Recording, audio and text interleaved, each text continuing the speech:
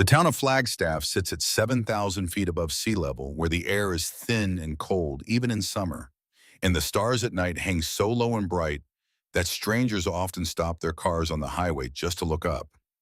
It is the kind of place where people know their neighbors, where the same families have run the same businesses for 3 generations, where a man can sit at a diner counter for 30 years and always find his coffee waiting before he asks. It is also the kind of place where nothing much happens, until the night it did. The Ridgeline Diner had been on the corner of Humphreys and Route 180 for 41 years. The sign out front had lost 2 of its letters sometime in the late 90s, and nobody had ever gotten around to fixing it. The booths were upholstered in dark red vinyl cracked at the seams and repaired with electrical tape in 3 places that the owner, a man named Dennis Caulfield, had been meaning to replace for going on 6 years. It was the look of a man who has just heard a name he thought he would never hear again, spoken aloud in the real world outside the place in his memory where he had kept it for 12 years. "How old is she?" he asked. 40, Ruth Ann said. Rex sat with that for a moment. The math landed. The math confirmed something. "Sit down," he said quietly. Not a command, something else entirely. "Please." Ruth Ann sat down across from him, and the other 5 men rearranged themselves with a naturalness that told her this was a group that had long ago learned to move together without instruction, like a single organism with 6 points of contact. "Tell me about the highway," Rex said. "Everything." She told him. 917, the broken call, Highway 89, 15 miles north, the words she had caught and the ones she had not, and the sound at the end, knuckles on glass. She told him about the 4 unanswered callbacks, the police dispatcher, the 90-minute patrol sweep. She told him the ways she had reported things in emergency rooms for 35 years, in order without embellishment, leaving nothing out. When she finished, Rex looked across the table at the broad, dark-haired man on his right. That was Merle Stanton, though Ruth Ann would not learn his name until later. He was 52, Rex's second, the man who had been at Rex's side for 20 years, and who communicated in the compressed language of people who have spent too long in close quarters to need full sentences. He was already reaching for his phone. Rex looked back at Ruth Ann. "The tattoo," he said carefully. "Where does she have it?" "Left shoulder," Ruth Ann said. "She's had it for 12 years. I asked her about it once. She said it was a reminder of something important." Ruth Ann paused. "She wouldn't say what?" Rex was quiet for a moment. When he spoke, his voice had dropped another register, become something more private, as if he were talking to himself as much as to her. "She saved my life," he said. Ruth Ann looked at him. 12 years ago," he said, "on a highway outside Las Vegas. She saved my life and 2 of my brothers, and then she disappeared. We tried to find her. We couldn't." He paused. "I made a promise, the kind of promise you don't take back." He reached up and opened the top of his vest, and Ruth Ann saw the tattoo fully for the first time, the skull with wings old and softened with time, the lines blurred at the edges. But she could see now that she was looking closely, something she had not noticed before. A deliberate imperfection in the design, a small flaw on the right wing, intentional in a way that only someone looking for it would find. "That mark on her shoulder," Rex said, closing his vest. "It's not decoration. It's not a style choice. It's a marker. It means she's under our protection. It means that if she ever needed us, we would come." He looked at Ruth Ann steadily. No questions, no hesitation, no matter what else was happening. Ruth Ann was quiet.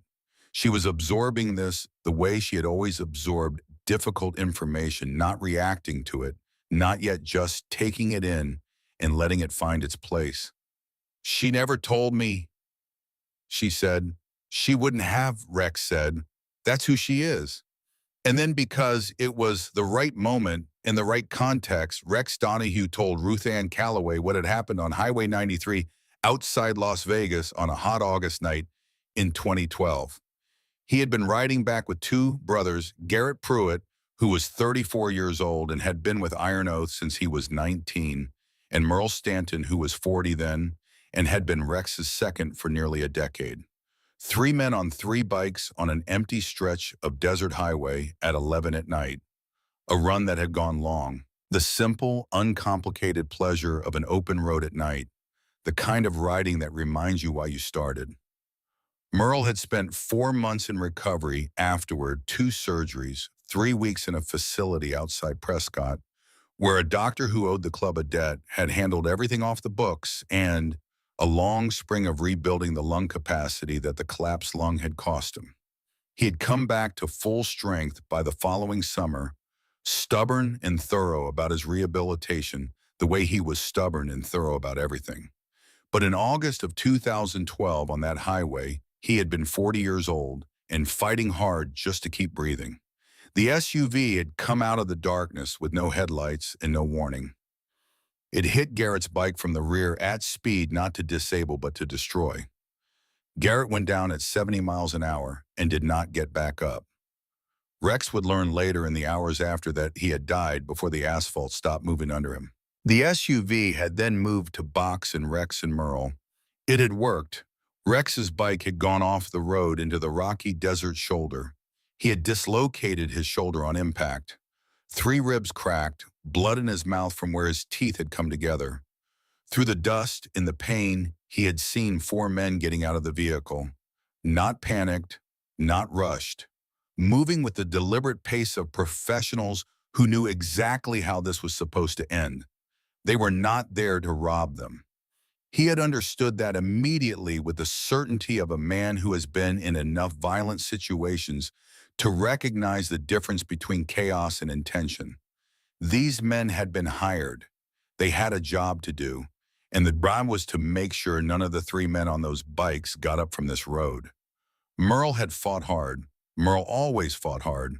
He had taken 2 blows to the head and the kind of chest impact that collapsed his lung before his legs stopped working. Rex had kept going on will alone, the way you do when the alternative is a shallow grave in the Arizona desert, his right arm nearly useless, his vision narrowing at the edges, knowing that he was running out of time and body and options.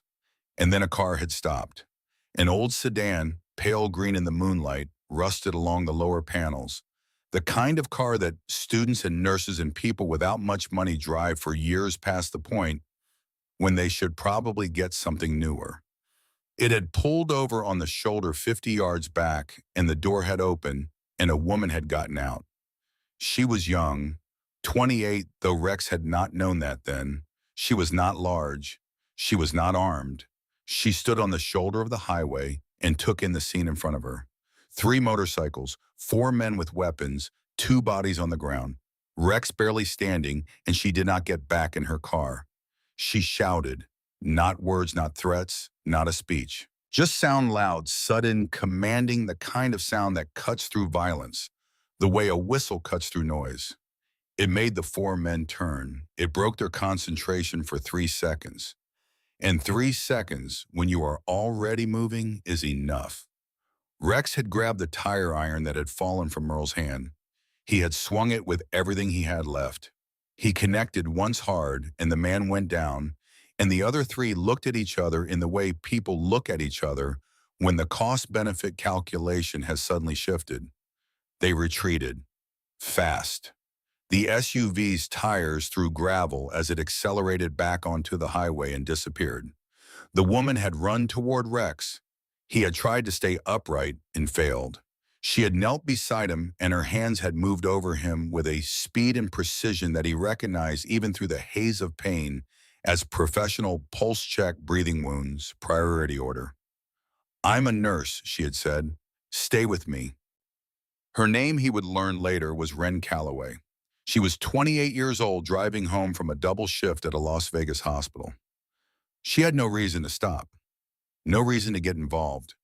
Every reason, in fact, to keep driving, to protect herself, to be sensible, to let the part of her brain that knew better make the decision that the part of her heart was overriding. She had stopped anyway. She had loaded Rex and Merle into her car, driven them not to a hospital where there would be questions and records and a paper trail leading directly back to them, but to a friend's apartment, off the grid, a quiet place that asked no questions. She had stitched Rex's wounds and managed Merle's collapsed lung with the supplies she carried in the car, the supplies that a trauma nurse carries because she has learned that the world does not always provide emergencies with adequate infrastructure. She had kept them stable and hidden for 3 days, lying to the people who came asking, taking risks that Rex could not fully calculate even now. She had never asked for money. She had never asked for information.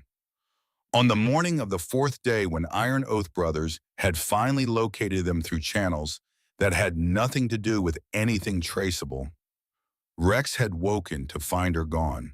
She had left a piece of paper on the table beside him, a phone number, nothing else. No name, no explanation. He had called it within the hour. The line was already disconnected.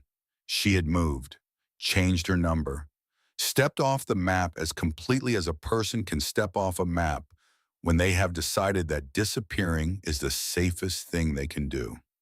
He had spent 3 months trying to find her. Her first name from the apartment manager, who remembered a young woman with dark hair who had come and gone quickly. The memory of her face. Not enough. She had moved, changed her phone, left nothing traceable behind. He had made the tattoo in her absence. Had the club's artist design it, the skull with wing, the Iron Oath mark, with one deliberate flaw in the right wing, an imperfection that only brothers would recognize. He had worn it on his chest as a promise, and he had sent a version of the design through a trusted intermediary who had eventually tracked down a forwarding address in Arizona with a note that said, "Only if you ever need us, we will come." He had never known if she received it. He had never known if she understood it. And 12 years had passed, and the story of the woman who stopped on the highway had become part of Iron Oath's history, one of those foundational things that new members heard and old members carried. And Rex had kept the promise alive by keeping it inside him, the way you keep alive the things that matter, by refusing to let them become only the past. Ruth Ann listened to all of this without interrupting. When he finished, she was quiet for a moment. Outside the diner, the October wind moved through the ponderosa pines with a low, searching sound. Becca had refilled Ruth Ann's coffee without being asked. The family with the 2 children had gone. The teenage boys had gone. Gerald had gone. The arguing couple had long since resolved or abandoned whatever they were arguing about. It was just the 6 men and the old woman now in the amber light of the Ridgeline Diner, and the weight of the 12 years sitting on the table between them. "She moved here 8 years ago," Ruth Ann said. "After her father died, she moved us both to Flagstaff. She said she wanted a quieter life. I thought it was grief." She paused. "I thought a lot of things." Rex was watching her. "She works at the clinic on Cedar." Ruth Ann continued. "She's a good nurse, a good daughter. She keeps to herself. She's been keeping to herself for 12 years, and I told myself it was just her nature." She stopped. "I knew something happened in Las Vegas. A mother knows. She came back from that city different, quieter, more careful." She looked at Rex. "She never told me what." "She wouldn't have," Rex said. And there was something in the way he said it, not dismissive, but certain, the certainty of a man who had thought about this woman's character for 12 years and had come to understand it without ever being able to speak to her again. "She does what she thinks is right, and then she steps back. She doesn't want credit. She doesn't want weight on other people." "That's my daughter," Ruth Ann said. "That's exactly my daughter."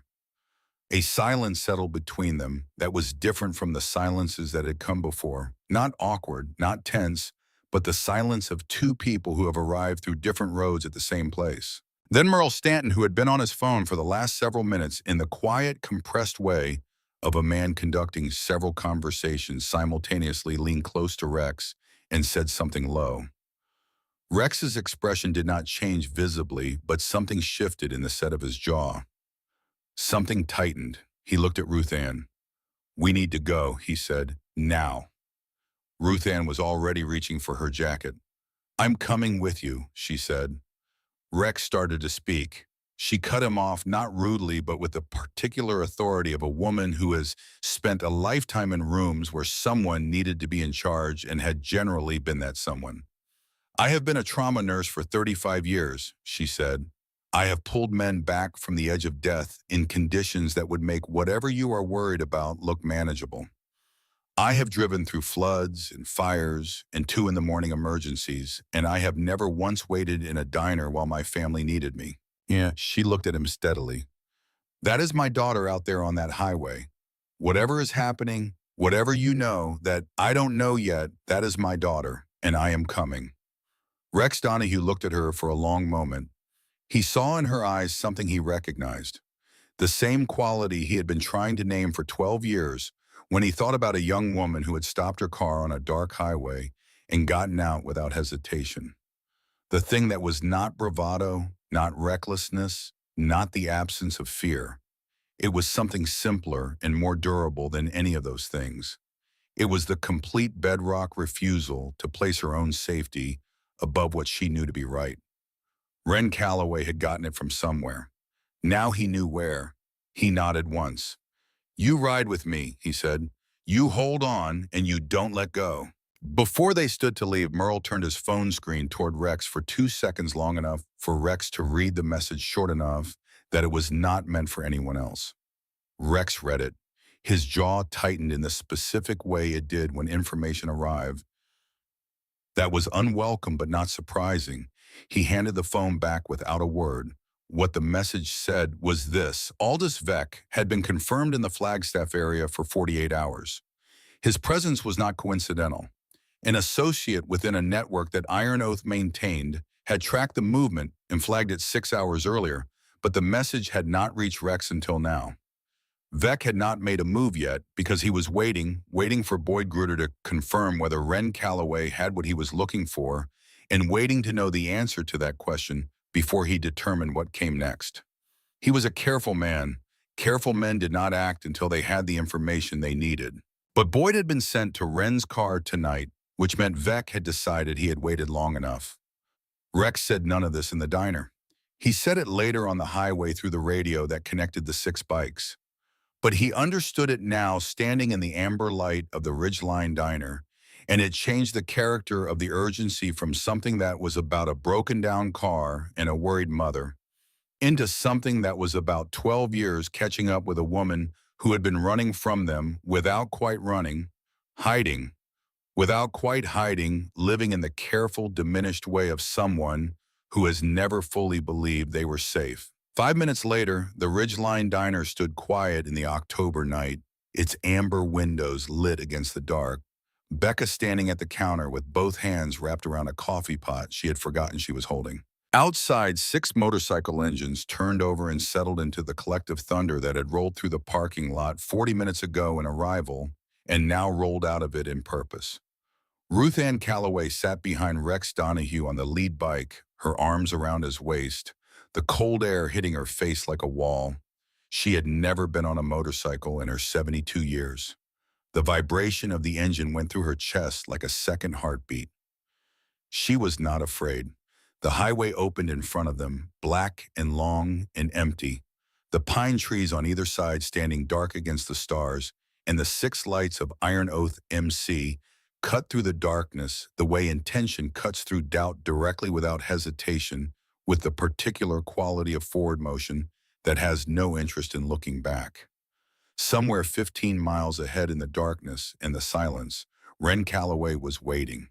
Her mother was coming, and she was not coming alone.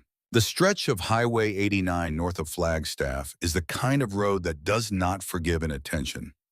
It runs through high desert and ponderosa forests, 2 lanes of asphalt that follow the land's contours, without apology, rising and falling with the terrain, bending around rock formations that have been there since before the concept of roads existed, narrowing in places where the canyon walls come close enough that a truck and a motorcycle passing each other require both drivers to make a small, deliberate act of trust. At night, with no moon and no streetlights for 15 miles in either direction, it becomes something else entirely. It becomes the kind of dark that people who have grown up in cities do not have a reference for. The kind of dark that is not an absence of light so much as a presence of something older. Ren Calloway had driven this road 4,000 times in 8 years. She knew every bend. She knew the place at mile marker 7, where a family of deer crossed at dusk so reliably that she had started slowing down there out of habit. She knew the pullout at mile marker 11, where teenagers sometimes parked on weekend nights. She knew the long straightaway at mile marker 13, where the canyon opened up and the sky came back, and on clear nights, you could see the glow of Flagstaff to the south like a smudge of amber on the horizon. She knew this road, and the road had never frightened her until tonight. Her car had died at mile marker 12 and a half between two bends in the particular darkness of a section where the canyon walls rose close on both sides and the sky above was reduced to a narrow strip of stars. The engine had given her 30 seconds of warning to stutter or cough, the dashboard lights flickering in that specific pattern. That means the problem is electrical and serious, and she had managed to guide the car onto the gravel shoulder before it stopped entirely. She had sat for a moment in the sudden silence, hands still on the wheel, and done what she always did in the first seconds of a crisis: breathed, assessed, prioritized. The car was dead. That was manageable. She had a phone. She would call her mother, call a tow wait inside with the doors locked. She was 40 years old, and she had handled worse things than a breakdown on a dark highway, and there was no reason to treat this as anything other than what it appeared to be. She had called her mother. The signal had been what the signal always was in this particular canyon: one bar unreliable, the kind of connection that is technically present and functionally useless. The call had connected long enough for her to give her location, long enough to hear fragments of her mother's voice, and then the line had dissolved into static and silence. She had tried to call back. Nothing. She had sat back in her seat and looked at the road in both directions. Empty. The silence of high desert at night has a texture to it, a depth that silence in populated places does not. It is not the absence of noise so much as the presence of distance, the sound of a world that extends very far in every direction and does not particularly concern itself with the people moving through it. She had been telling herself for approximately 7 minutes that everything was fine, and then the headlights had appeared in her rearview mirror. She had watched them slow and stop 50 yards behind her, watched the door open, watched the figure get out and walk toward her car with the particular deliberate pace of someone who is not rushing because they do not need to rush, because they have already done the calculation and know how it ends. He stopped beside her window. He was younger than her, mid-30s, she guessed, with the look of a man who had spent time outdoors doing things that were not recreational.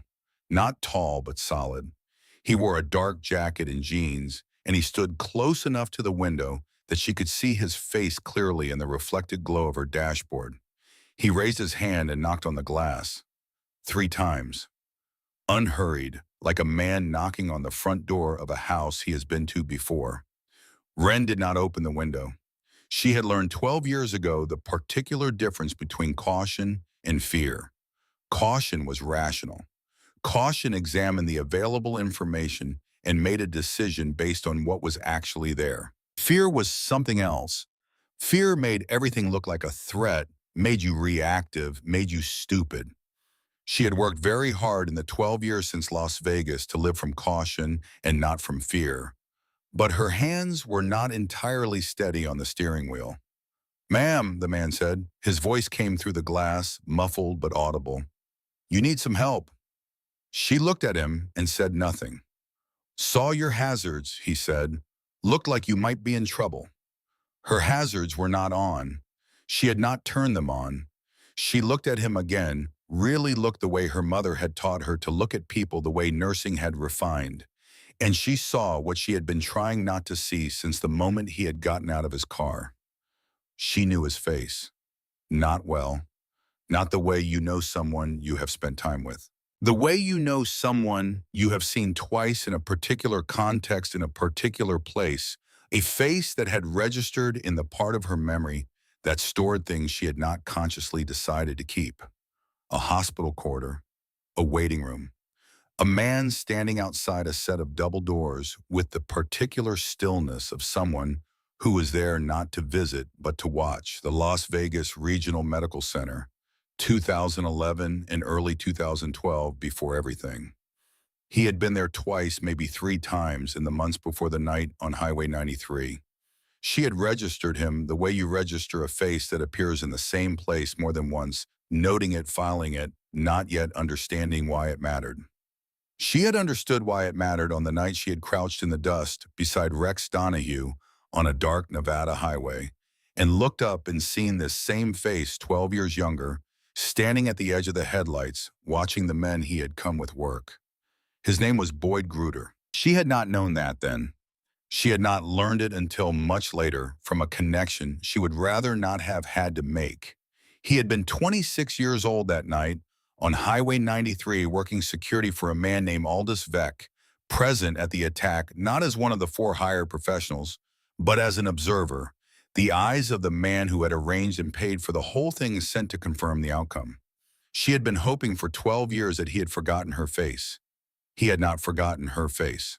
Boyd Gruder was still standing at her window, his expression patient and entirely without warmth, and she understood now with perfect clarity what she had been telling herself was an ordinary breakdown on an ordinary night. She also understood something else, something that arrived cold and complete in the space of a single breath. She had been managing Aldous Vec's curiosity about her for 12 years by being quiet, by being invisible, by giving him no reason to act. But Vec was a careful man, and careful men eventually ran out of patience with uncertainties. He had sent Boyd tonight not on a whim, but because he had finally decided that the uncertainty of whether Ren Calloway had found something on that highway in 2012 was more dangerous than the certainty of dealing with her directly. The car failure was not accidental. Boyd had been in the clinic parking lot that day or close to it with enough access and enough time to create a problem in an electrical system that would strand her somewhere isolated, somewhere dark, somewhere with no signal and no witnesses. This had been planned, not tonight perhaps, but the pieces had been assembled over days or weeks, waiting for the right window. She looked in the rearview mirror at his car, still running, still parked on the shoulder behind her. And then she looked past it into the darkness further back down the road, and she saw something that sent a cold, specific understanding through her chest like a current. A second vehicle, parked further back, lights off, engine presumably running, sitting in the dark with the patience of something that is waiting for a signal. Boyd had not come alone. Boyd was not here because of tonight. He was here because Aldous Vec had finally decided that 12 years of uncertainty was long enough. She reached into her bag. Her phone was in the outside pocket where it always was, and she left it there for a moment, her hand going instead to the bottom of the bag, to the zippered interior compartment, where she kept the things she did not use but could not bring herself to discard. Her fingers found what they were looking for within seconds.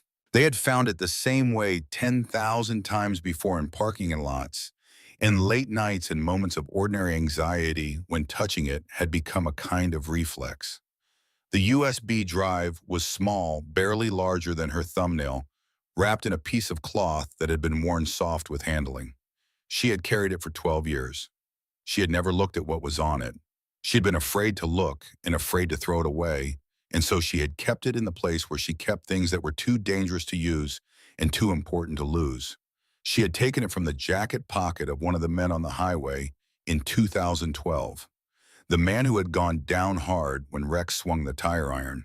He had fallen close to her, and she had seen something fall from his jacket, and she had picked it up without thinking, the way you pick things up without thinking. And then the men had retreated, and she had been busy with Rex and Merle. And by the time she had remembered what was in her hand, she had been driving toward Las Vegas, and it was too late to go back and too frightening to think about too carefully.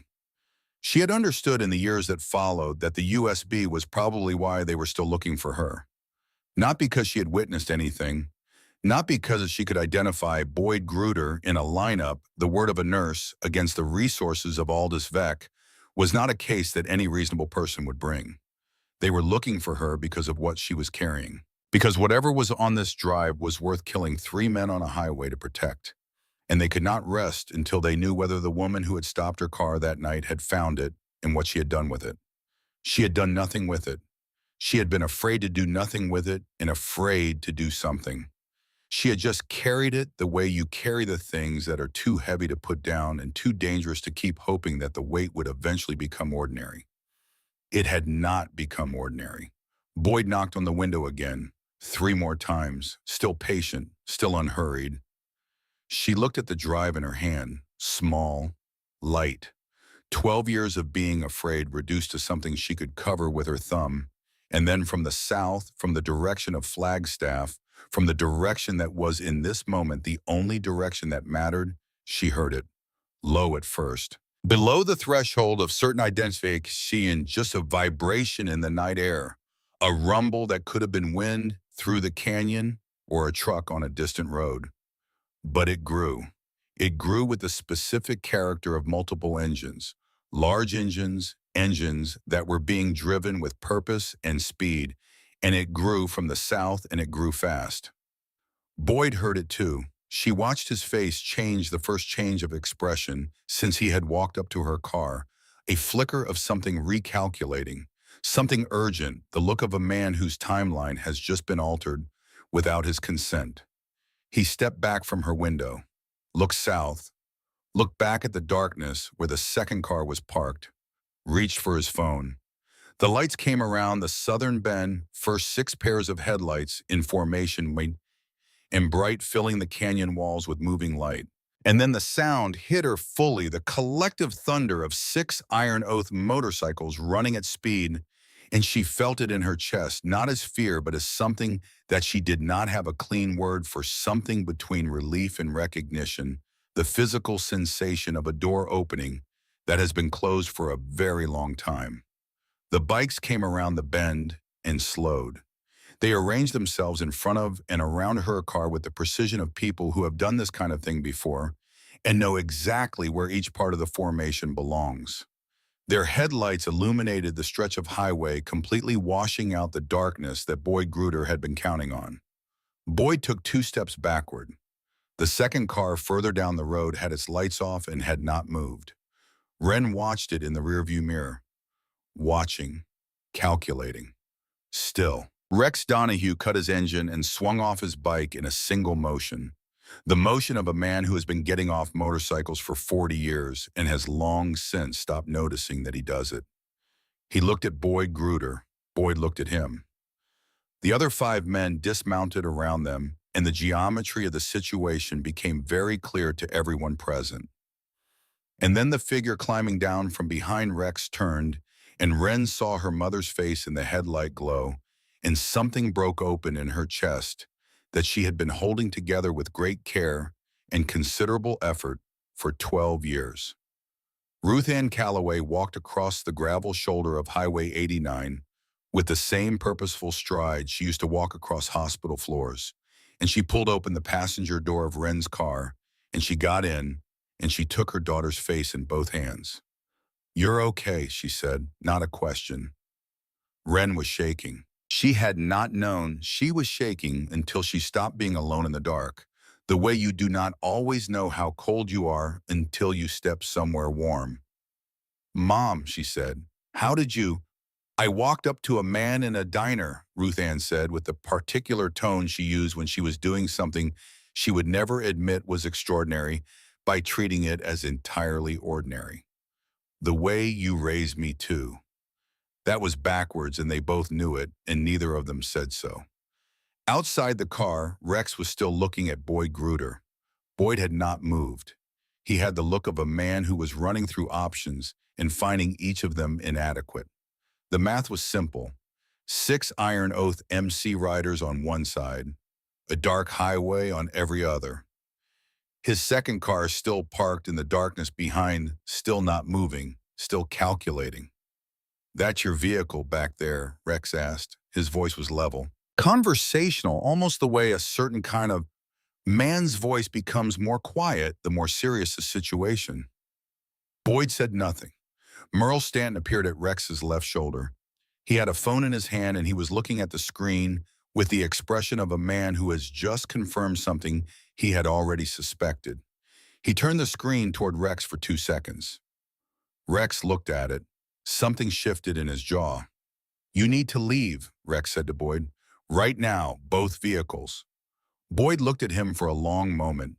He looked at the 6 men standing in the headlight wash, with the expressions of men who have dealt with more difficult situations than this, and emerged from all of them in whatever alcohol-adjacent courage or professional detachment he had arrived with had fully evaporated.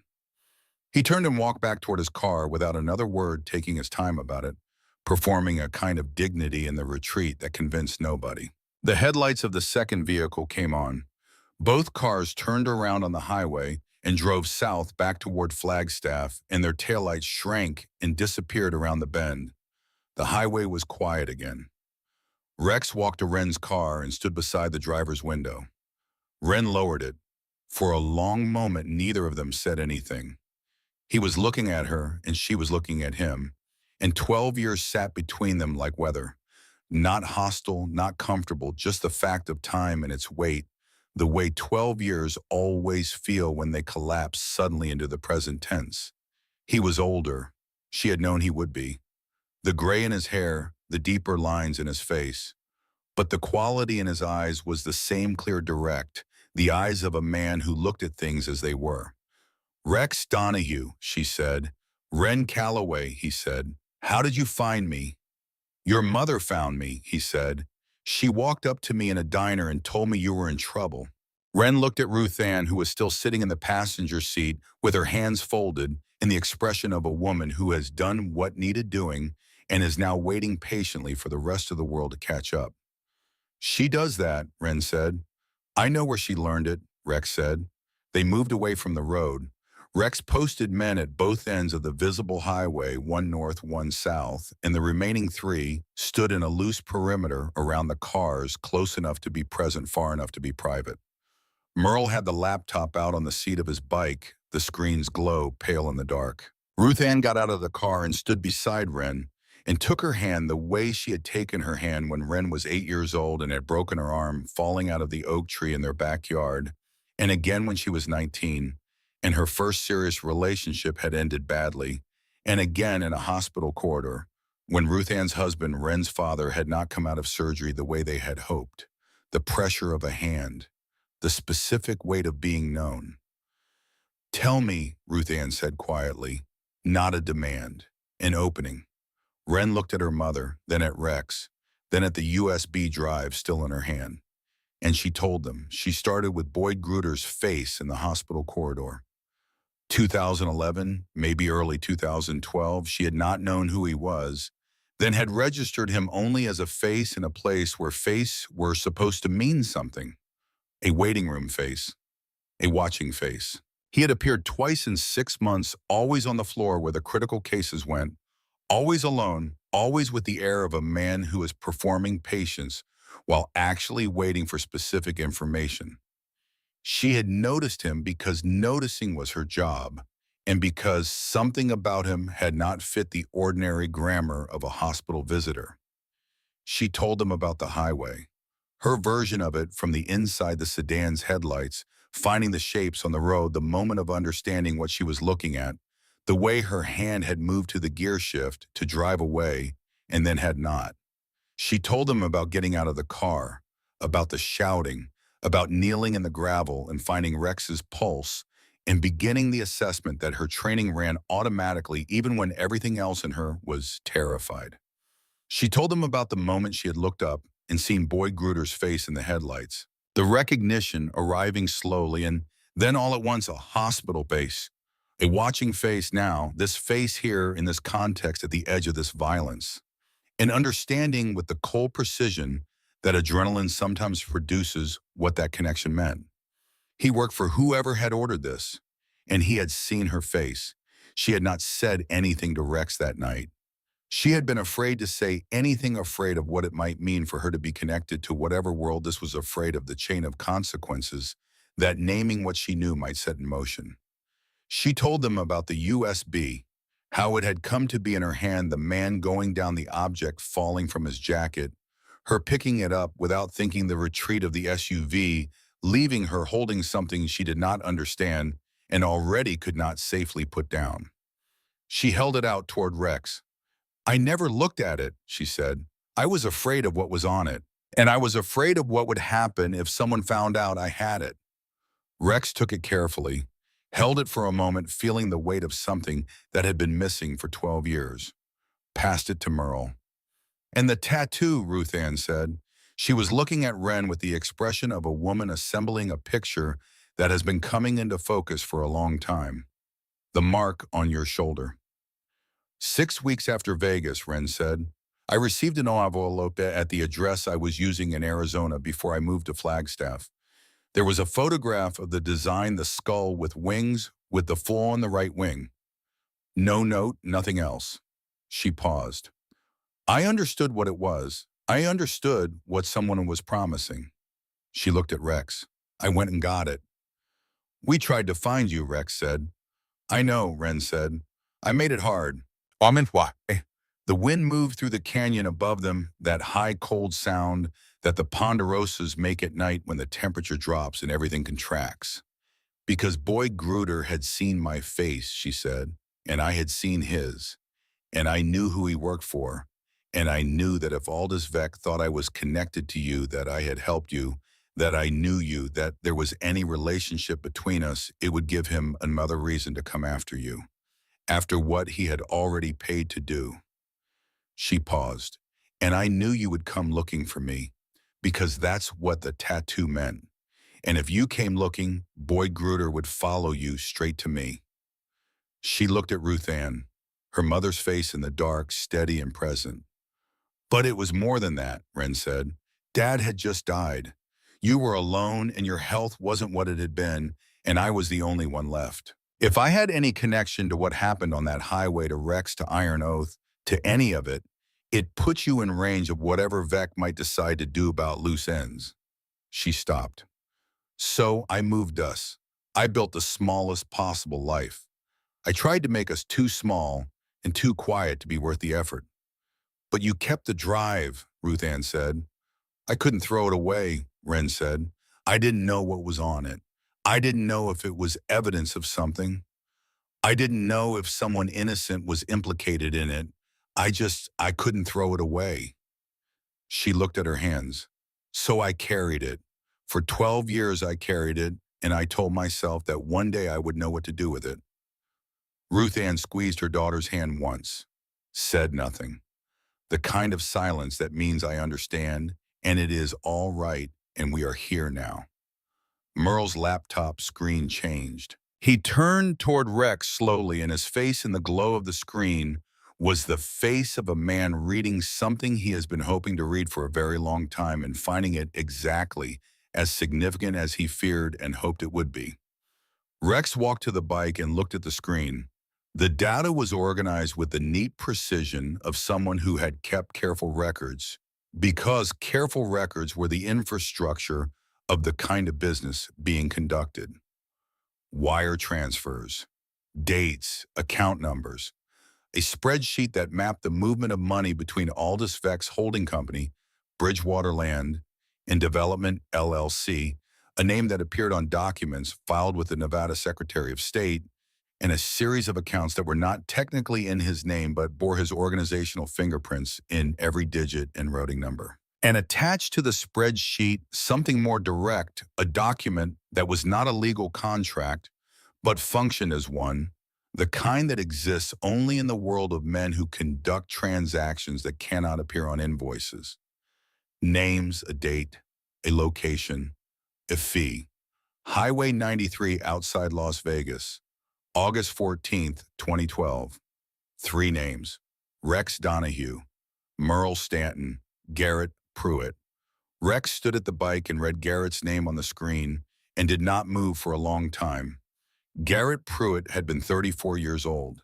He had joined Iron Oath at 19 because he had nowhere else to go and had found inside the club the thing that people join clubs to find: belonging, purpose, the specific comfort of being among people who will stand with you when the rest of the world has decided they won't. He had been good at the things that mattered and indifferent to the things that did not. He had been the kind of man who remembered birthdays and never made it a big deal, and always knew when someone needed to talk and always pretended he had happened to be there anyway.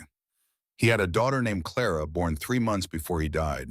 She had grown up without ever knowing his voice. Rex had given the eulogy.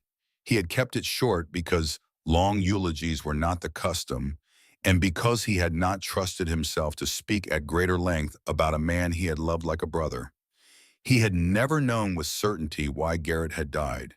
He had suspected Vec there had been a land deal gone wrong, a negotiation over a piece of territory in the Nevada desert that had turned contentious money that had moved in directions that suggested the dispute had not been resolved at the table.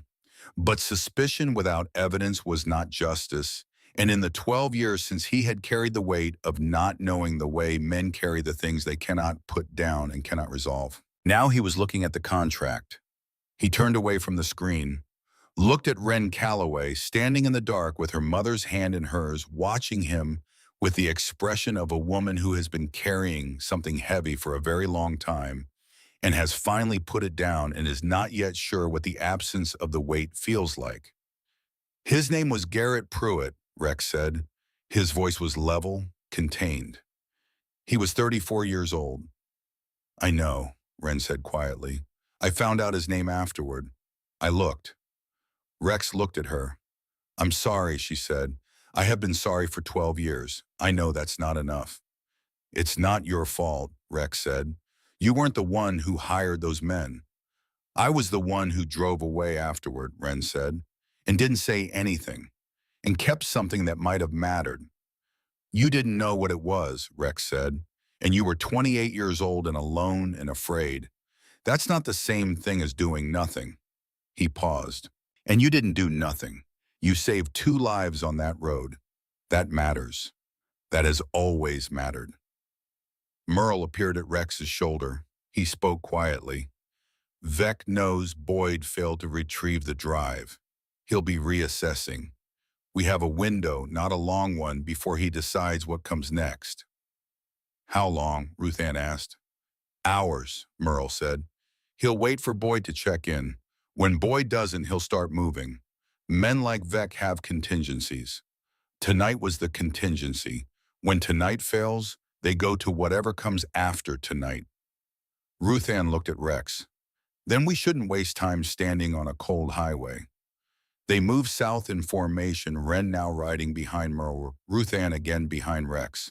The canyon walls rose and fell on either side, and the stars moved overhead, and the town of Flagstaff appeared in the distance as a warm glow against the black, and Ruth Ann watched it grow larger and felt the weight of what the next few hours required settling into her, with the particular clarity that she had always found unexpectedly in the middle of serious things. Not peace exactly, something more functional than peace. The quiet that comes when the options have been reduced and there is nothing left to decide except how to proceed with what you have. They pulled into a property on the south side of town, a salvage yard surrounded by a chain-link fence topped with wire, the kind of place that does not advertise itself and does not need to. Inside a large metal building at the back of the lot, there was a space that was part workshop and part meeting room, with a long table, several chairs, a refrigerator that held water and nothing else, and the kind of industrial lighting that made everything look very plain and very real. They sat around the table, Rex and Merle on one side, Wren and Ruth Ann on the other. The 4 riders took up positions around the room with the naturalness of men who have stood watch in various rooms at various hours for various reasons and have no feelings about it one way or the other. Merle opened the laptop again. The files from the USB were arranged on the screen, the spreadsheets, the transfer records, the document that was not quite a contract, but functioned as one. What we have, Merle said, is 12 years of Aldous Vec's financial relationship with 3 men who are currently incarcerated in 2 different states on unrelated charges. Wire transfers that go back further than 2012. A document that names Rex, Merle, and Garrett as the targets of a contracted action on a specific date in specific location. He looked at Rex. It's enough. Enough for what? Ren asked. Enough for the people who know how to use it, Rex said. There's an FBI agent in Phoenix, Merle said. Her name is Darlene Hobbs. She worked organized crime for 15 years before she moved to financial crimes. She's been building a case on Vex Holding Company for 3 years. She has the framework, the structure of the financial relationships, the pattern of the transactions, the circumstantial picture. What she has not had is something that breaks directly through the structure to the human decision underneath it. He nodded at the laptop. This breaks through. Ruth Ann was listening with the focused attention she had brought to complicated medical briefings for 35 years, not just the information itself, but the shape of it, the places where confidence was warranted, and the places where it was working harder than it needed to. And Vec, she said, while you contact this agent while the legal process begins, Vec is in Flagstaff tonight. He knows Boyd didn't come back with what he was sent for. He is making his own calculations right now. Yes, Rex said. How long does it take for a federal investigation to produce something that stops a man like that from acting further? The honest pause that followed was its own answer. Not tonight, Ruth Ann said. No, Rex said. Not tonight. Ruth Ann nodded. She looked at the table for a moment. She was doing what she had done for 35 years before making a significant decision, running through the variables, examining the logic, looking for the flaw. She found one flaw, acknowledged it, determined it was manageable, and moved past it. She looked at Ren. Her daughter was watching her with an expression Ruth Ann recognized from years ago, the expression Ren had worn at 16 when she had realized during an argument that her mother was about to do something that could not be talked out of or reasoned around. A kind of resigned, complicated respect. The look of someone who has learned that arguing with a certain kind of determination is like arguing with weather. He doesn't know who I am, Ruth Ann said. He knows Boyd failed. He doesn't know why. He doesn't know what we have or who is in this room or what has been decided. All he knows is that a woman who has been quiet for 12 years is suddenly connected to a failed retrieval operation. Yes, Rex said. So he's waiting, Ruth Ann said. And in that space between what he knows and what he's afraid of, he can be moved. She looked at Rex steadily. I want to call him, she said. Rex was silent for exactly 2 seconds. Then no. His number is in those files, Ruth Ann said. A business line listed in the holding company records. I want to call it. I want to tell him that I have what Boyd was sent to find. I want to arrange a meeting. She paused. And then I want to be in that meeting. Absolutely not, Ren said. Ruth Ann, Rex said.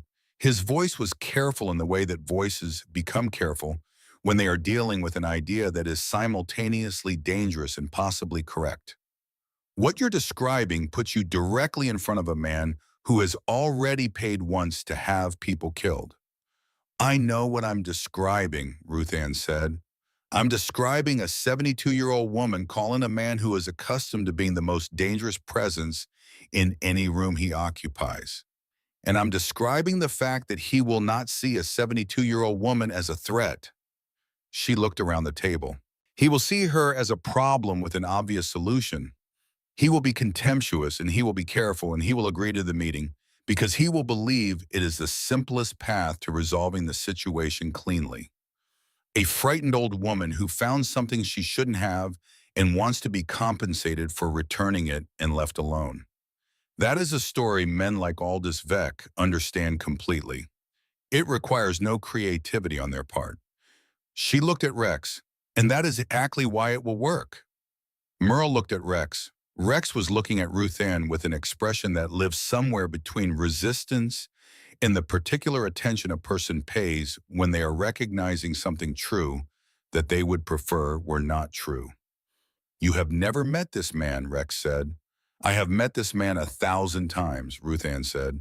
Different names, different offices, different variations on the same fundamental belief that they are the only real person in any room and everyone else is a variable in their calculations. Her voice did not rise.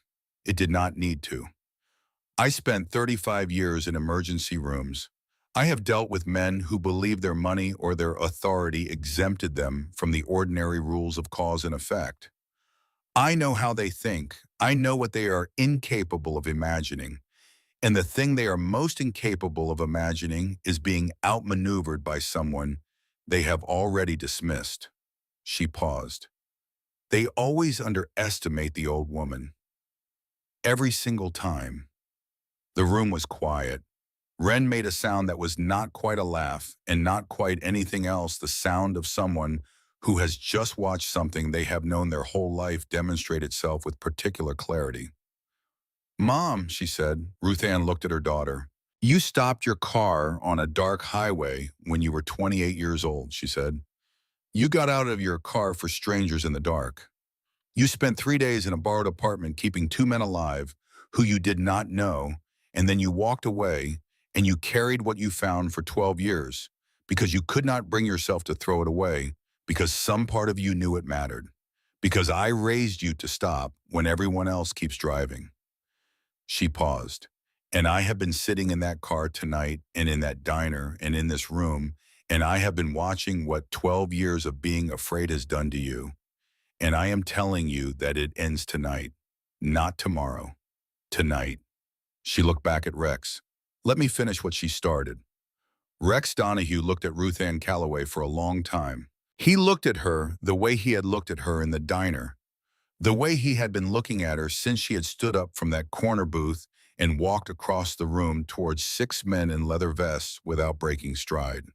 He was looking for the thing he had learned to look for over 30 years of reading people in situations where reading people correctly was the difference between good outcomes and bad ones, the difference between courage and recklessness, between clarity and adrenaline, between the person who knows exactly what they are doing and the person who only believes they do.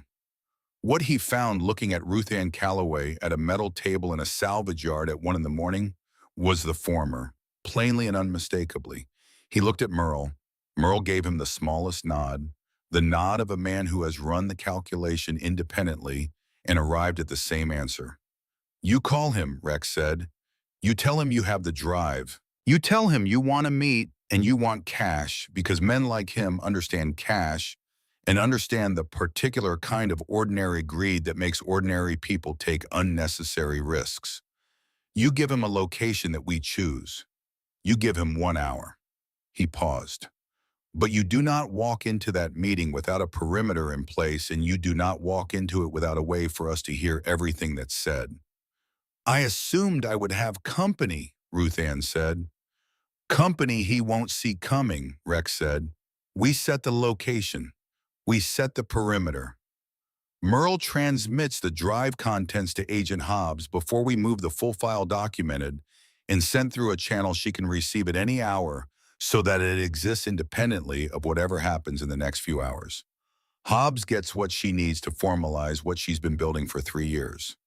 And Vec on record, Merle added, his voice, his words, his acknowledgement, enough to remove any remaining daylight between what we can prove and what we know. She can execute on a warrant that quickly, Ruth Ann asked. She's had a warrant framework prepared for 8 months, Merle said. She's been waiting for the evidence to complete it. With what's on this drive, she doesn't need to build from scratch. She needs to make one call to a federal judge she's worked with for 15 years, who will answer his phone at any hour for a case of this kind. He paused. It won't take long. Ruth Ann looked at Ren. Ren had been quiet during the planning discussion, watching her mother with the expression of someone who has arrived after considerable internal resistance at a particular acceptance. When she spoke, her voice was steady. I want to be there, she said. Not in the meeting, not visible, but I want to be there. She looked at Rex. She's my mother. 300 meters back, Rex said, in a vehicle. You stay in that vehicle until I say otherwise. Agreed, Ren said. They spent 40 minutes on the details. Merle transmitted the drive contents to Agent Darlene Hobbs through a channel Ruth Ann did not ask about, and that Hobbs, when she answered her phone at 1:45 in the morning, received with the focused urgency of a woman who had been waiting for exactly this kind of call for a long time. The conversation between Merle and Hobbs was brief and technical, and ended with a timeline and a location confirmation. Hobbs asked 3 questions, got 3 clear answers, and moved without additional discussion. The location was chosen carefully, the commercial parking lot behind a closed warehouse supply building on the east side of town, flat and wide with sightlines in every direction. No natural cover, close and easy to approach and observe, difficult to make suddenly dangerous without being seen doing it. Rex walked Ruth Ann through what she would say and what she would not say, and she listened without interrupting and asked 2 clarifying questions that were both sharp and practical, and he found himself thinking, not for the first time that night, that she was the most composed person in the room. At 2:15 in the morning, Ruth Ann sat in the metal building with a phone that was not hers and a number printed from the holding company records on a folded piece of paper, and she dialed. It rang 4 times. She had prepared for voicemail. She was composing the words in her mind when the line connected. Who is this? Not a question. The flat, controlled delivery of a man who answers unknown numbers at 2 in the morning with authority rather than alarm, as if the inconvenience belongs to the person who called. My name doesn't matter, Ruth Ann said. Her voice was the voice she had used for 35 years to deliver difficult information in difficult circumstances, clear, steady, without the performance of steadiness. What matters is that I have something that belongs to you. Something small, something a man you sent to retrieve it tonight was not able to bring back. A silence, careful and listening. I'm not interested in complications, Ruth Ann continued. I'm not interested in anything other than a simple transaction. I'm an old woman who found something and would very much like to be compensated for returning it and then forgotten about entirely. That should be simple for everyone involved. Another silence, shorter this time. She could hear the calculation in it, not alarm, not anger, but the sound of a man running numbers. What are you asking for? The voice said. $50,000 in cash, Ruth Ann said, in the complete and permanent absence of any further interest in my daughter or myself. She paused. Those are not negotiable conditions, but they are also not unreasonable uses given what I'm offering in return. A pause. Where? She gave him the location. She gave him 1 hour. She told him to come with one person and the cash. She told him with the faint note of elderly practicality that she had calibrated carefully, that she was too old for complicated situations and simply wanted this concluded so she could go home and sleep. There was a silence on the line that lasted longer than the others. She understood what was happening in it, a man determining whether the story he was being told was the story that was actually happening, or whether it was a different story wearing the first story's clothing. A careful man, a man who had survived a long time in a particular kind of world by not accepting things at face value. She let the silence sit. She did not fill it. She had learned in emergency rooms that the most dangerous thing you could do in a silence was try to end it prematurely. 1 hour, Vex said. He hung up. Ruth Ann set the phone on the table and then looked at her hands. They were steady. They had been steady throughout. She was mildly impressed with them. He'll bring more than one person, she said. 3, Mom, Rex said. Maybe 4. He won't go anywhere that requires this kind of conversation without coverage. And Boyd, Merle said simply, Boyd is having a difficult night. He won't be mobile for some time. He said this in the tone of a man describing a logistical outcome that did not require elaboration, and Ruth Ann decided not to require elaboration. They moved at 3:15. 2 of Rex's riders had been in position at the warehouse lot for 20 minutes before the car driven by a third Iron Oath man pulled into the parking lot and stopped under the central sodium lamp. Rex and the remaining rider took positions in the darkness beyond the lot's perimeter. 300 meters back on a side street with an unobstructed line of sight, a vehicle sat dark and still with Wren in the passenger seat and the engine running. Rex was beside her. He had positioned himself there not because it was tactically optimal, but because it was the right thing. She should not be alone in that car watching what was about to happen. Ruth Ann got out of the car and stood in the orange light. She stood in her dark green jacket and her practical shoes and her silver hair, and she looked like what she was, a 72-year-old woman alone waiting. She had the piece of cloth that had wrapped the USB in her hand folded neatly visible. She did not scan the perimeter. She did not look for Rex's position or Merle's. She stood as though she were waiting for a late bus on a familiar corner. "She's steady," Rex said quietly. Wren was watching her mother in the orange light and feeling something too large and too layered for a single description. "She's been steady my whole life," Wren said. "I used to think it meant she wasn't afraid. I know better now. I know it means she's afraid and does it anyway. Every single time." Rex said nothing. He understood this completely. He had been doing the same thing for 30 years. At 3:37, two vehicles entered the lot from the north entrance. A black SUV and a dark sedan, unhurried, sweeping the lot with their headlights before parking 30 feet from where Ruth Ann stood.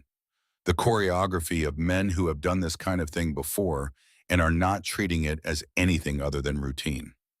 Three men got out of the SUV, one man got out of the sedan. Aldous Vec was 57 years old and carried it the way men carry money, not ostentatiously but as a fact of his person, something that had reorganized the space around him so long ago that he had stopped noticing the reorganization. He was not physically imposing. He did not need to be. He had the compact, settled look of a man whose threats had always been expressed through mechanisms other than his own body, and whose body had therefore been free to become something else, something groomed and controlled, and accustomed to the kind of deference that does not require demonstration. He walked toward Ruth Ann with one man beside him and two behind, and he looked at her with the expression she had predicted with near-perfect accuracy, the expression of a man who has driven across town in the middle of the night to deal with a threat and found standing in an orange-lit parking lot a small, silver-haired woman in a green jacket. Contempt and calculation in roughly equal measure. He stopped 6 feet from her. "You're the one who called," he said. "I am," Ruth Ann said. He looked at the cloth in her hand. "Is that it?" "What's left of the wrapping," Ruth Ann said. "The drive itself is somewhere secure. I wanted to confirm you'd arrived before I made it accessible.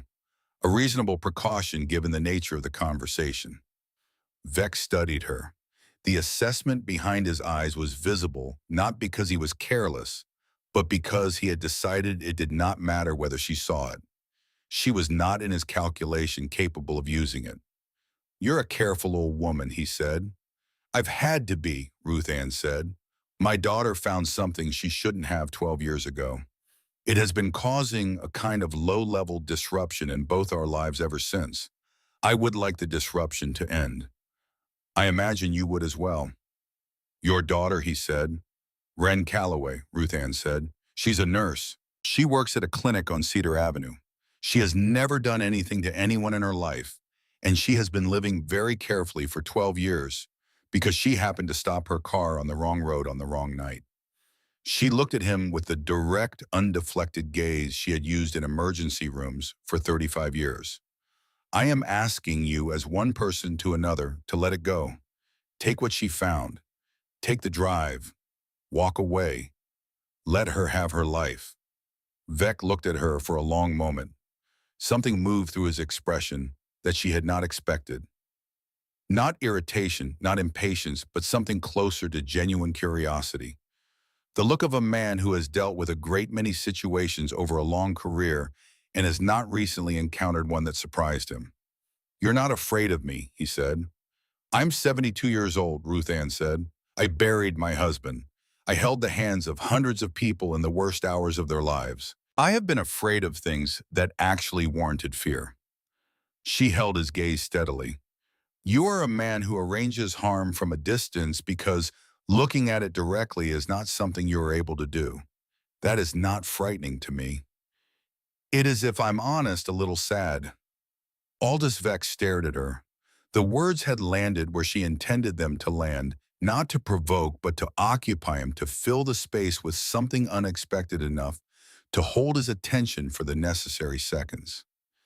And then from the east and the west and the north, the lights came on. Three federal vehicles, dark and purposeful, their signals cutting across the orange lot with the particular authority of machinery that has been waiting for exactly this moment.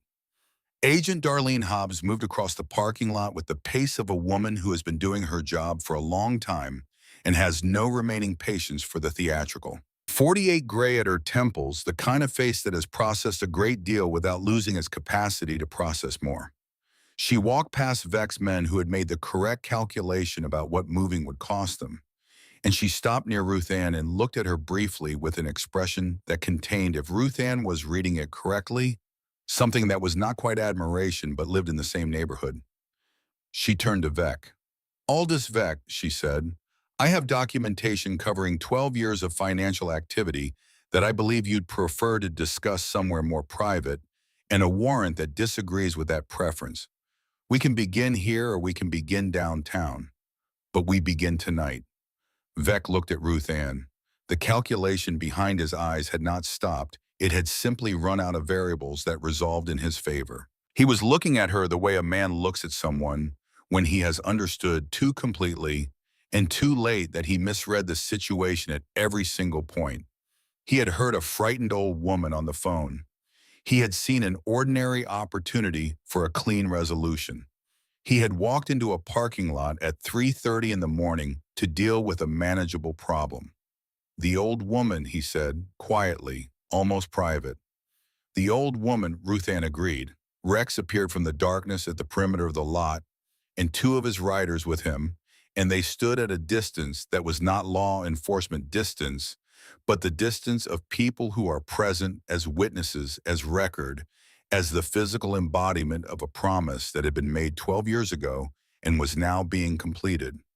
Rex looked at Vec without expression for a moment. Then he looked at Ruth Ann. She gave him the smallest nod. Hobbs's people moved.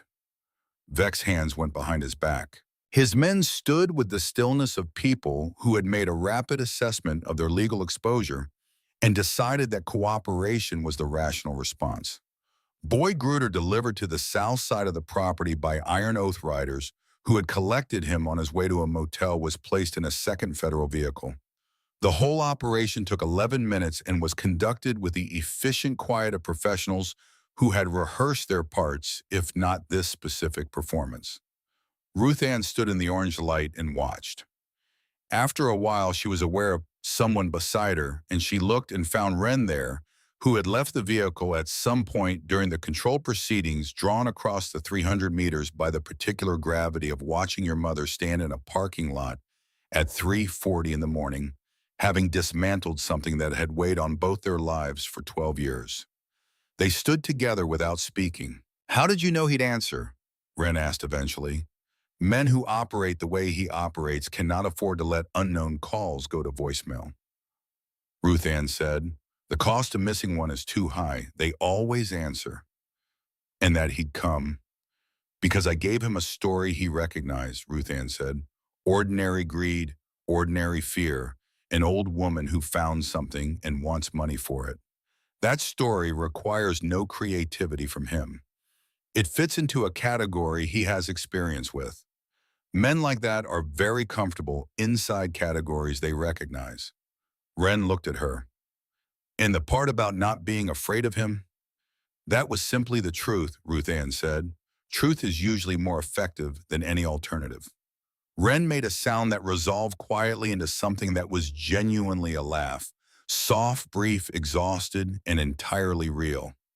The laugh of a person who is too tired for pretense and has found in the absence of pretense something uncomplicated and warm. Rex came and stood with them. He had the coin in his hand. She could see it in the orange light, the Iron Oath insignia, worn smooth with years of handling heavy for its size. He held it toward Wren. This has been yours for 12 years, he said. Wren looked at it. She reached out and took it and held it for a moment with the particular care of someone receiving something that has been carried a long distance. Then she looked at her mother. Something passed between them that was entirely private and entirely complete, the compressed communication of two people who know each other so well that the important things do not require sentences. Wren held the coin out toward Ruth Ann. She's the one who came for me, Wren said. She's the one who walked into that diner and made everything that happened tonight possible. If she had stayed in her booth with her head down, she stopped, started again more simply. It should be hers. Rex looked at Ruth Ann. Ruth Ann looked at the coin in her daughter's hand for a long moment. At the insignia on one face and the engraved word on the other, she tilted it in the orange light until she could read it. A single word. Returned. She folded Wren's fingers back around the coin. You keep it, she said. It was made for you. It belongs to you. She looked at Rex directly. The debt is settled. You made a promise and you kept it completely at 3 in the morning on a dark highway when you didn't have to. That is not a small thing. That is, in fact, the most important kind of thing there is. She paused. Oh, it's finished, not forgotten finished. There's a difference about my... Rex was quiet for a moment. The promise didn't come with an expiration, he said. No, Ruth Ann said, but it has a completion. You gave her something to hold for 12 years, something that said in the language of ink and metal, someone will come. She held it. You came. She looked at him steadily. That's not a debt anymore. That's family. And family doesn't keep score. Rex looked at her for a long moment. Then he reached into the inside pocket of his vest and produced a second coin identical in size, the same worn surface, the iron oath insignia on the obverse. He held it out. This one was made when we started writing tonight, he said, because I had a feeling you were going to turn out to be the kind of person who warranted one. Wren took it without being asked and put it in her mother's hand. Ruth Ann looked down at it. She turned it over. On the reverse, in the same careful engraving, a single word that was not returned, stopped. She looked up at Rex, not immediately understanding. You stopped, he said. The way she stopped 12 years ago, when everyone else would have kept driving. You got up from a corner booth in a diner and you walked towards something instead of away from it, and everything that happened afterward followed from that. He paused. That's the only thing that ever really matters. The stopping. Everything else comes from there. Ruth Ann looked at the coin for a long moment. Then she put it in the pocket of her green jacket over her heart and said nothing because there was nothing that needed to be added to what had just been said. Agent Hobbs came and took statements. The conversation was thorough and covered 12 years of ground, from a Nevada highway in August of 2012 to an October parking lot in Flagstaff in the early hours of a morning that was beginning to feel incrementally like it might eventually become a day. Wren spoke clearly and completely, saying things she had not said for 12 years, with the directness of someone who has been carrying them long enough and has arrived at the place where putting them down is not a choice, but a necessity. Ruth Ann listened. She had known the shape of this story for years without knowing its content. She had known it in the particular silence that had followed Wren's return from Las Vegas, in the careful smallness of the life her daughter had constructed in Flagstaff, in the way Wren sometimes paused before answering questions about the past, as if she were checking each answer against a map she had been keeping privately. Hearing it whole was different from knowing it in pieces. She sat with it the way she had always sat with hard truths, not trying to revise it into something more manageable, just letting it be what it was, and finding, as she had almost always found, that the truth was easier to carry when it was fully seen. They were in the Federal Building until nearly 6 in the morning.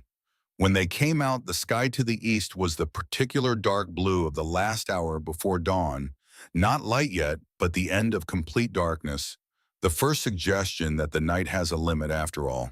The air was cold and very still. The street was empty. A long way off, a truck moved on a highway, its engine a low and distant sound that made the silence around it more complete. Rex and Merle and 2 of the riders were on the sidewalk outside. They had been there, Ruth Ann understood, the entire time. Not because they had been asked to wait, because it had not occurred to them to do otherwise. She walked up to Rex. You didn't have to stay, she said. We were in the area, he said. The ghost of something in his expression that was not quite a smile, but occupied the same space. She looked at him, at the gray and the lines in the pale eyes that had spent 58 years looking at things directly without the intermediary of distance or indifference. A man who had made a promise in the dark and kept it for 12 years without knowing if it would ever be needed and without asking whether keeping it was worth the cost. Garrett Pruitt's daughter, Ruth Ann said. She's 15. Yes. She should know, Ruth Ann said. Not a legend, not a story, the actual man who he was, what he was good at, what he cared about. Children need to know their parents were real people, not just absences. She paused. Whatever it cost you to tell it, she deserves to know. Rex was quiet for a moment. Something moved through his expression, the slow, careful movement of grief that has been stored in a particular place for a long time and is being asked gently to come out and be looked at. I'll tell her, he said. Ruth Ann nodded. Then she extended her hand.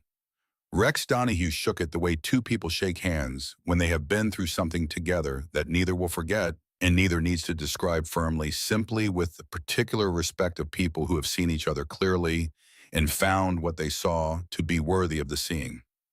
They drove home as the sky turned from dark blue to gray to the first thin gold of an October morning. Ruth Ann drove. Wren sat in the passenger seat with the coin in her hand, turning it the way she had turned the USB drive for 12 years, but differently without the weight. With something that was the opposite of the weight, something she was still learning the name of.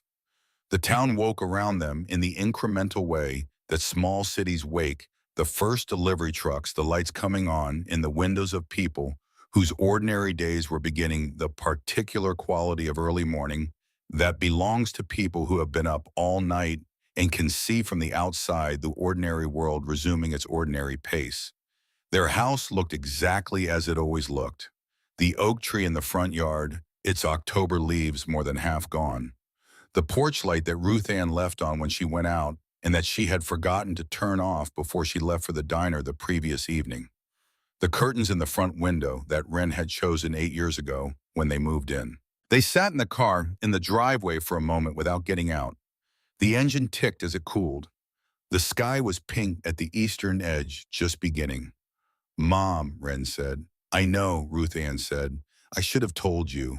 I should have trusted you with it. You deserved. You were protecting me, Ruth Ann said. The same instinct I had tonight walking into that parking lot. The same thing you did on that highway in 2012. It comes from the same place, she paused. It's not always the right call, but it never comes from a wrong place. Wren was quiet.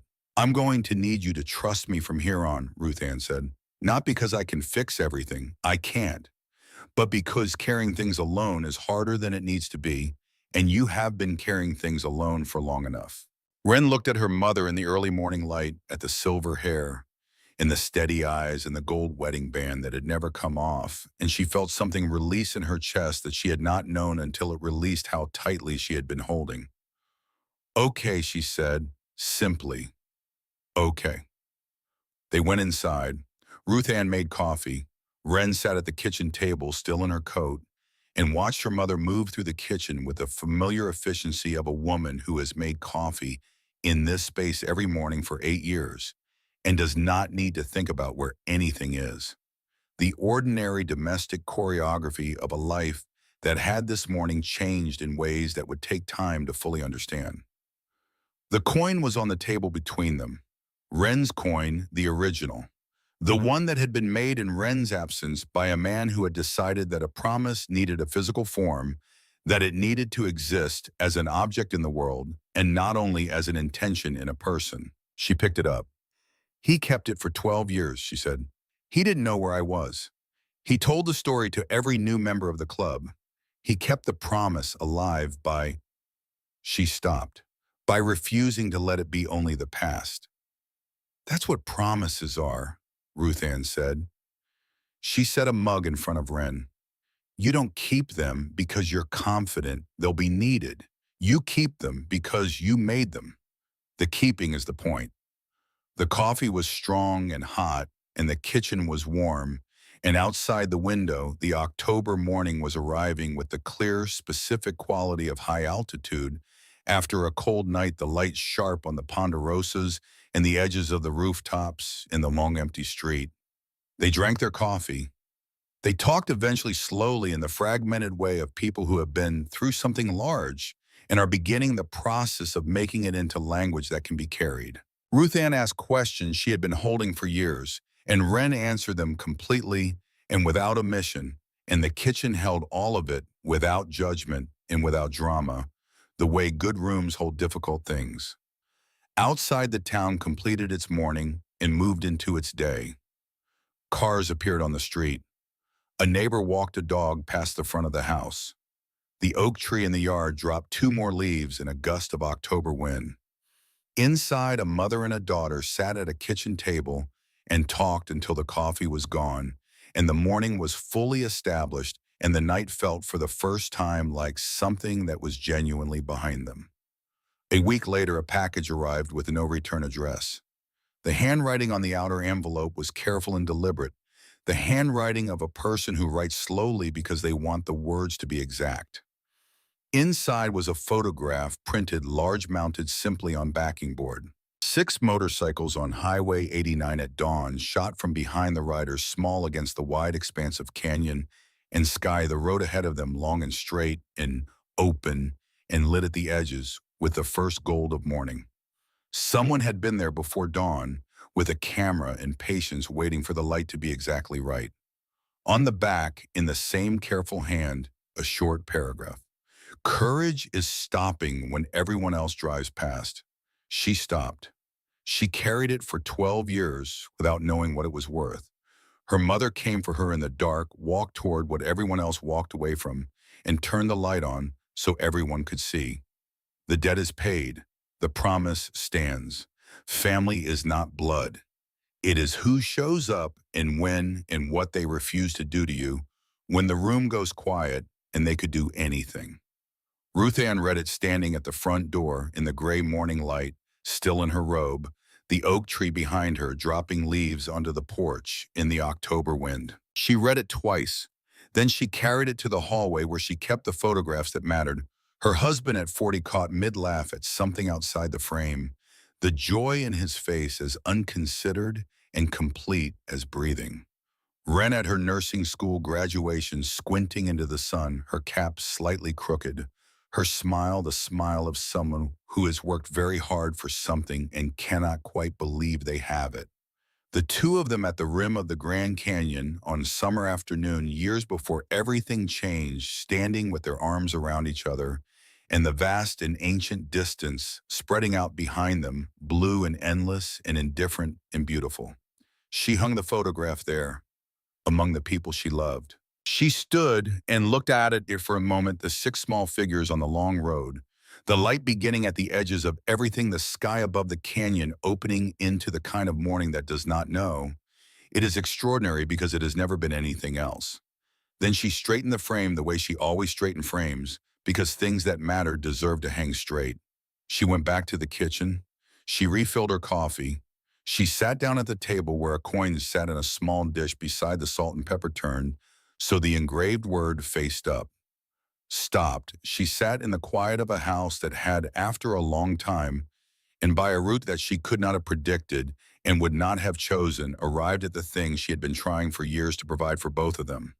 Not safety exactly. Safety was a complicated thing, and she had been a nurse long enough to know that the people who wanted to guarantee it completely were either lying or had not thought carefully about what the guarantee cost. But something adjacent to safety, something more durable. Peace, the kind that is not the absence of difficulty, but the presence of people you trust to face it with you. The kind that does not require you to be smaller or quieter or more careful than you actually are. The kind that lets you leave the porch light on, not because you are afraid of the dark, but because you want anyone coming home to be able to find the door. Outside, the October morning continued its business. The light on the ponderosas shifted as a cloud moved across the sun and then moved on. Down the street, a school bus stopped and children got on and the bus moved away and the street was quiet again. Inside, Ruth Ann Calloway drank her coffee in a kitchen that smelled like coffee, in the faint residual warmth of a house where two people had talked honestly for the first time in 12 years. She was 72 years old. She had buried her husband and raised her daughter and worked 35 years in rooms where the stakes were as high as stakes get, and had done it without losing the thing that had made her walk across a diner at 10:30 on a Thursday night towards six men in leather vests. She had no name for the thing. She had never needed one. It was simply what she was. The coin caught the light on the table in front of her, and she looked at it, and she thought about a dark highway and a young woman who had stopped her car when everyone else would have kept driving. And she thought about the fact that courage was almost never loud, was almost never the thing it looked like from the outside, was almost always just a person deciding in the quiet of an ordinary moment to do what they already knew was right. She had raised a daughter who knew how to stop. She hoped sitting in the morning light of a kitchen in Flagstaff, Arizona with coffee that was still hot, in a photograph hanging straight in the hallway, in a coin on the table bearing a single word that was exactly the right word that she had shown her daughter something else too. That stopping was only the beginning. That what happened after the stopping, the caring, the holding, the refusing to throw away the things that mattered, even when the weight of them was considerable, that was the rest of it. That was the whole of it. That was enough.